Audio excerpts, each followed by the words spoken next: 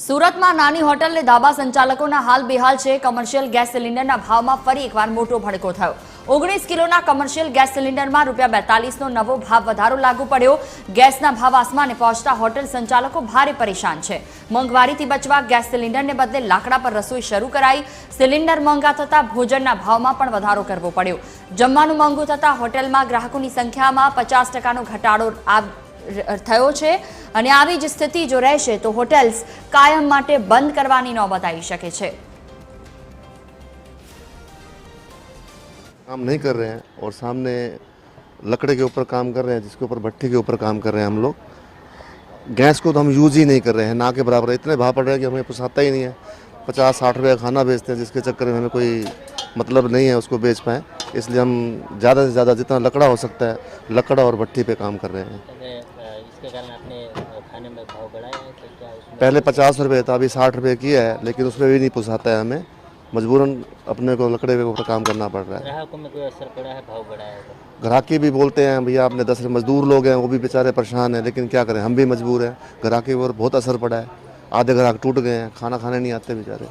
पिछले 3 महीने में गैस का प्राइस जो डबल हो गया है क्या। अभी ऐसे अगर बढ़ता रहा तो हमारे को क्या है, अभी लकड़ी मिल रही है कुछ टाइम में, तो लकड़ी की वजह से हमारा धंधा चल रहा है। अगर आगे बरसात आ रही है, बरसात के सीजन में लकड़ी मिलना भी बंद हो जाएगी, तो हमारा जो प्रोडक्शन है वो बढ़ जाएगा। क्योंकि एक महीने में हमारे को 10 से 12 बाटले लगते हैं। अगर 10 से 12 बाटले लगते हैं, पहले 15 से 16 हज़ार में बाटले आ जाते थे 10, लेकिन अभी 30,000 40,000 में आएंगे। सीधे कॉस्ट प्राइस बढ़ रही है और आदमी से पैसा ज़्यादा ले नहीं सकते। आदमी से अभी ज़्यादा पैसा ले रहे 10 रुपये, तो कस्टमर हमारे पास है नहीं है। हमारी होटल खाली चली है, देख सकते हो। કોમર્શિયલ ગેસના ફરીથી ભાવ વધારો થયો છે। જે પ્રકારે 42 રૂપિયાનો ભાવ વધારો 19 કિલોના સિલિન્ડરમાં થયા છે અને તેના જ કારણે હોટલ સંચાલકો જે છે તેની હાલત છે તે કફોડી જોવા મળી રહી છે। ખાસ કરીને જોઈ શકાય છે અત્યારે જે પ્રકારે આ સિલિન્ડરોના કારણે જે મશીનો કરવામાં આવ્યા હતા તે મશીનો પણ બંધ હાલતમાં છે, કારણ કે સિલિન્ડરોના ભાવ જે છે તે વધ્યા છે। તેના કારણે હોટલ સંચાલકો જે છે તેમણે પણ ભાવ વધારો કર્યો છે અને તેના કારણે અત્યારે જે હોટલ સંચાલકો છે તેની હાલત જે છે તે કફોડી જોવા મળી રહી છે।